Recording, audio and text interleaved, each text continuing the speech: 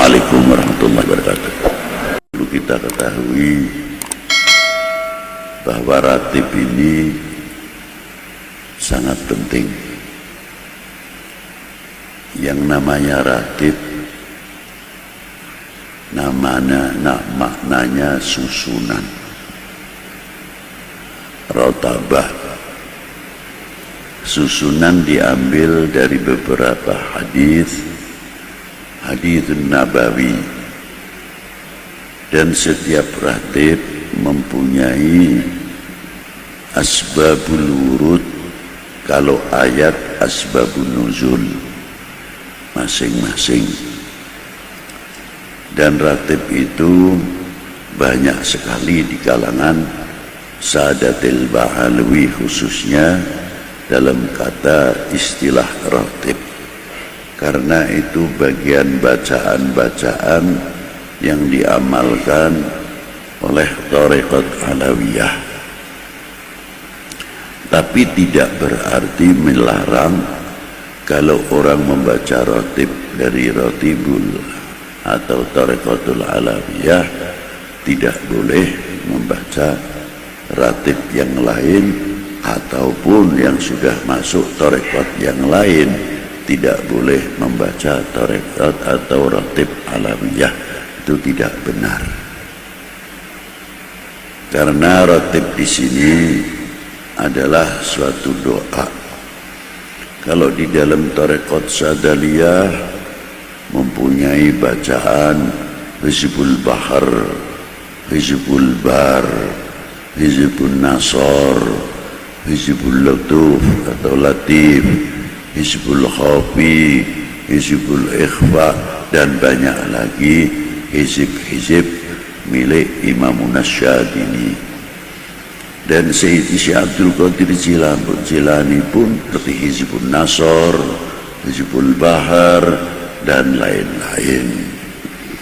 Thariqat Satoriyah juga sama. Nah, kita mengambil dari beberapa thariqat alawiyah, mengambil yang paling ringan untuk supaya umat itu bisa membaca. Sebab bacaan Asmaul Husna atau hizib atau asma itu mempunyai dosis. Ada dosisnya kalau vitamin itu atau antibiotik 1000 mili, ada yang dosisnya 750, ada yang 500, ada yang 250, ada yang 100. Nah, hizib-hizib asma tersebut memerlukan guru yang tahu dosis.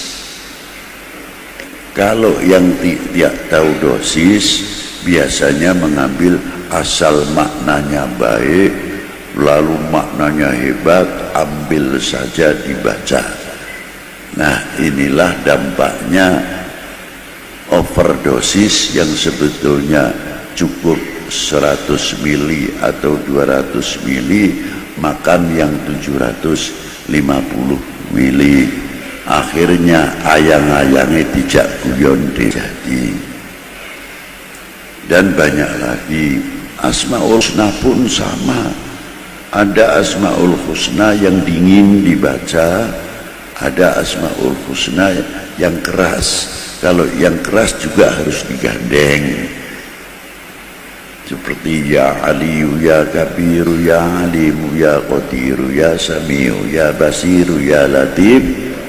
Ringan akhirnya, bab dicampur. Oh, ini jahe, ini keras. Jamunya jamu pakai jahe, pakai merica. Wah, ini bangsa pedes kabeh. Tukang jamunya pinter. Wah, ini harus dikasih ini. Sebagainya. Itu yang ahli tentang ilmu asma. Yang tidak tahu pokoknya disikat terus ya. Itulah. Akhirnya apa? Enyeng. Kalau enyeng, kalau ayam kuter. Nah, ini maka bacaan-bacaan itu perlu ijazah, tahu, ditanyakan kepada orang-orang yang ahli tentang masalah. Tapi kalau ratib tidak. Ratib itu dosisnya sudah direndahkan. Karena apa? Diambil langsung dari lisan baginda Nabi sallallahu alaihi wasallam. Supaya kita ini bisa membaca. Asal usulnya Ratibul Haddad. Al-Habib Abdullah bin Alwi Al-Haddad mengambil torekot dari beberapa guru besarnya, Al-Imam Ahmad bin Aqil, yang mana nasabnya masuk ke Imam Ahmad bin Abu Bakar Sakran. Lalu guru kedua Al-Imam Abdurrahman, yang makamnya tidak jauh dengan makam Siti Khadijah radhiyallahu ta'ala anha wa alaiha salam, Al-Imam Abdurrahman. Terus gurunya beliau Al-Habib Umar bin Abdurrahman Al-Attas. Guru-guru beliau masih banyak lagi. Al-Habib Abdullah bin Al-Haddad ini mengambil dari Habib Umar bin Abdurrahman Al-Attas. Saya ambil dari situ saja silsilahnya, dari Syekh Abu Bakar bin Salim atau dari Habib Husain bin Syekh Abu Bakar bin Salim. Murid-murid dari Syekh Abu Bakar bin Salim ini banyak sekali. Termasuk Al-Habib Abdurrahman Maula Al-Arsyah dari Al-Jufri, Sayyid Muhammad Zainal Abidin As-Saqaf, dan Syekh Yusuf bin Abid Al-Hasani, wa Sayyidi Abdullah bin Salim Al-Maula Khilah, dan banyak lagi kalau saya terangkan, seperti Sayyid Ahmad Syarif, Al-Habib Yasin, pejuang Islam Yasin bin Ahmad bin Aqil bin Ahmad bin Aqil bin Ahmad bin Yahya, yang mendapat ijazah langsung dari Habib Abdullah bin Al-Haddad, di mana beliau mensyiar Ihya Ulumuddin dan lainnya, diberi mandat untuk Nasrul Islam di Terengganu atau di Malaysia. Kakek Habib Utsman bin Abdullah bin Aqil bin Yahya Mufti Mekah. Dan murid beliau ada yang dimakamkan di Wirideso, Habib Muhsin bin Alwi bin Umar Ba'bud. Itu seorang ulama besar, dimakamkan di belakang masjid Wirideso, yang mana beliau meninggal pada tahun 1000. Murid-muridnya Al-Habib Abdullah bin Al-Haddad, di antaranya Al-Habib Muhammadil Ghadi bin Toha bin Yahya yang dimakamkan di Semarang. Itu murid langsung Al-Habib Abdullah bin Alwi Al-Haddad. Banyak lagi minal habaib yang di Indonesia ini khususnya. Kalau kita terangkan yang di Hadramaut, kita tidak heran. Ini yang ada mana tangan, kepanjangan tangan Al-Habib Abdullah bin Alwi Al-Haddad. Banyak sekali. Apalagi kalau kita melihat kitab Al-Muqattabah, bagaimana surat menyurat yang dikumpulkan oleh muallim, surat dari Habib Abdullah bin Al-Haddad menjawab pertanyaan dari beberapa tokoh habaib maupun selain habaib. Namanya kitab Al-Muqattabah, 2 jilid, sangat lengkap sekali. Lain Habib Abdullah bin Al-Haddad ini, ketika beliau berdiri, muncullah satu fitnah yang merongrong, yang mengancam tentang akidah. Maka datanglah kepada beliau, Habib, saya kasih ulama-ulama Yaman datang kepada Al-Habib Abdullah bin Al-Haddad. Habib, di negara saya ini sudah mulai muncul Rafidah. Maka saya minta ijazah untuk bisa menangkal itu, supaya tauhid kita ini kuat, apa? Dari Wirdun Nabawi. Maka diberi oleh Habib Abdullah bin Al-Haddad, uktub Fatihah, Alif Lam Mim, ayatul kursi, lillahi ma fis samawati, amana rasul, la ilaha illallah wahdahu la syarikalah, lahul mulku wa lahul hamdu yuhyi wa yumit wa huwa ala kulli. Al-Habib Abdullah bin Alwi Al-Haddad tidak menamakan ini Ratib Haddad ya, tidak. Yang menamakan ini Ratib Haddad siapa? Muridnya dan orang yang muhibbin, karena tahu bahwa ini yang menulis sebabnya yang memberikan ijazah Al-Habib Abdullah bin Alwi Al-Haddad, jadi wajar saja namanya Ratibul Haddad. Bukan Habib Abdullah mengatakan ini Ratib Haddad, tidak. Nah, setelah ini dibaca alhamdulillah, begitu juga munculnya Ratibul Atas, di mana peristiwa pada waktu itu di Khuraidah. Dulu namanya Khuraidah Guredah. Yang mengganti Khuraidah adalah Habib Umar bin Abdurrahman Al-Atas. Bagaimana berhadapan pada hasan yang dihadapi oleh Habib Umar bin Abdurrahman Al-Atas, bagaimana merangkul satu sisi Gobail yang lain. Jangan dikira Habib Umar bin Abdurrahman Al-Atas dan Habib Abdullah bin Al-Haddad duduk terus gelar pakai sorban tinggal dicium tangannya, tidak. Pahit kehidupan beliau. Bahkan Al-Habib Umar bin Abdurrahman Al-Atas itu zahir makomnya terbuka oleh cucunya Al-Habib Ali. Tahun setelah meninggalnya Habib Umar bin Abdurrahman Al-Atas baru kelihatan mengerti siapa Habib Umar bin Abdurrahman Al-Atas. Itulah hebatnya, mutawadiin minal masturin. Itulah Ratib itu disebut setelah dituliskan oleh Habib Umar disebut Ratibul Atas. Tapi Habib Umar tidak mengatakan ini Ratib Atas, tidak. Ratibul Idrus juga sama, semuanya mempunyai peristiwa dan setiap ratib itu mempunyai keistimewaan. Di antara salah satu ratib ada yang manfaat, ada yang istimewa di sini, tidak ada yang istimewa. Orang baca Maulid Nabi, apa yang ada di dalam Simtuduror belum tentu ada di dalam Berjanji, tapi apa yang ada di dalam Berjanji belum tentu ada di dalam Simtuduror. Begitu pula apa yang ada di dalam Tiba belum tentu ada di dalam Simtuduror, dan apa yang ada di dalam Simtuduror belum tentu ada di dalam Maulud Tiba. Sebaliknya dan sebaliknya, saling mengisi bukan saling mengangkat.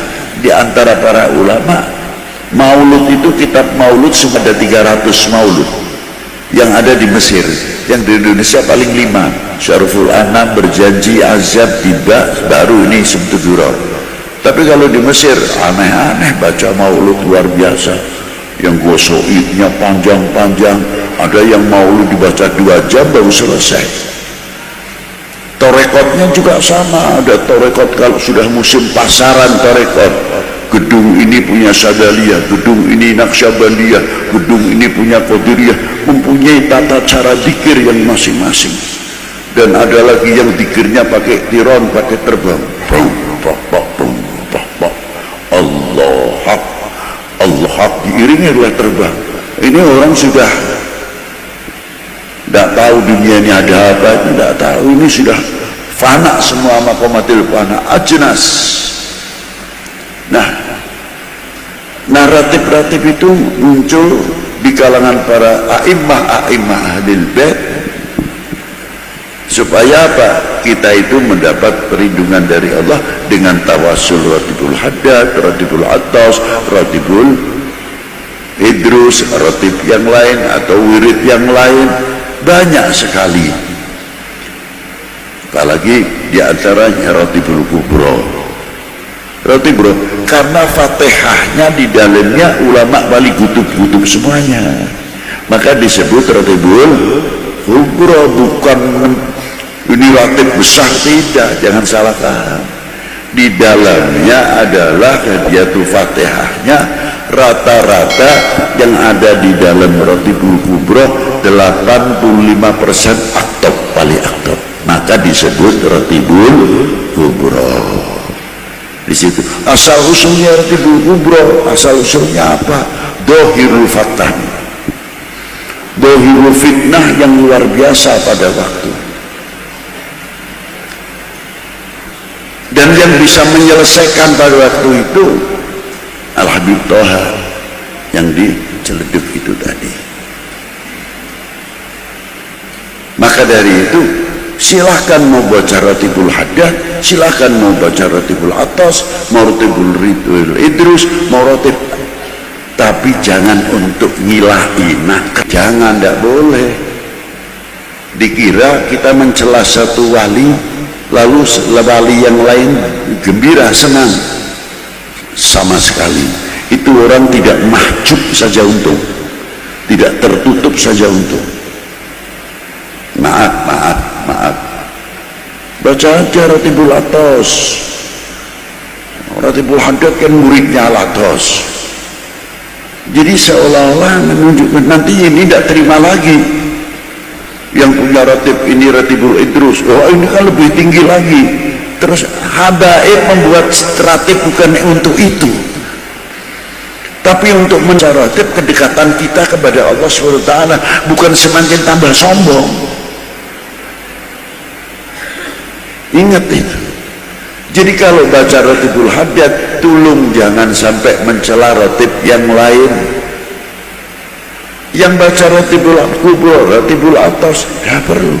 Kalau perlu kita bergilir kok.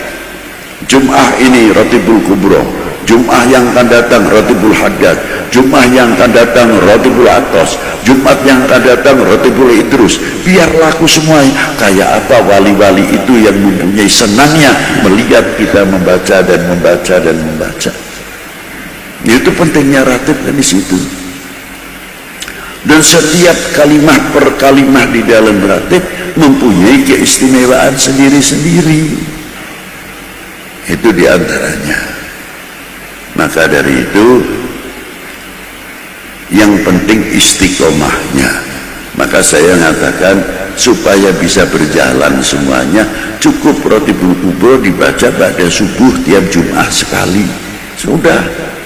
Atau ba'dal maghrib tiap Lailatul Jum'ah. Lainnya silahkan mau Ratibul Atas, mau Ratibul Idrus, mau Ratibul Haddad, supaya semuanya bisa seimbang, bisa dibaca semuanya. Nah, kalau ada orang yang bertanya masalah Ratib ini dengan Ratib ini tinggi mana? Loh, pendapat itu tinggi mana?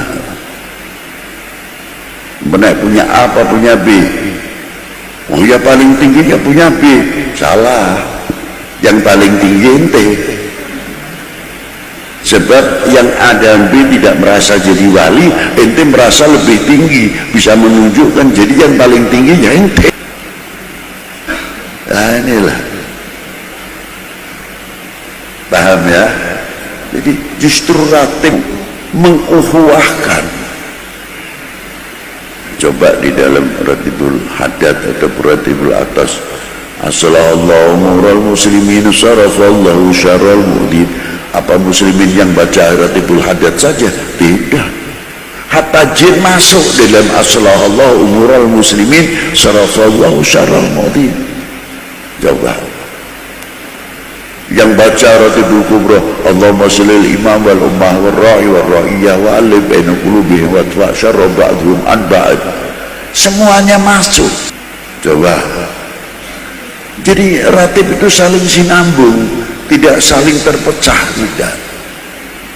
Maka jangan sekali-kali tolong merendahkan salah satu Ratib itu yang baik, karena itu mencakup tentang akhlak wal adab.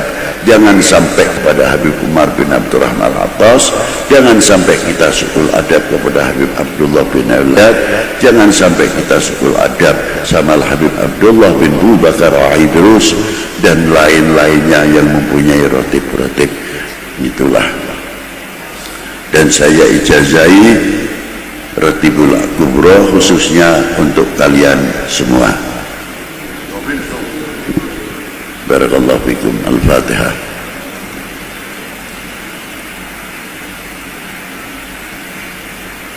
Demikian yang bisa saya sampaikan, semoga manfaat apapun ratibnya yang sah. Terima kasih. Assalamualaikum warahmatullahi wabarakatuh.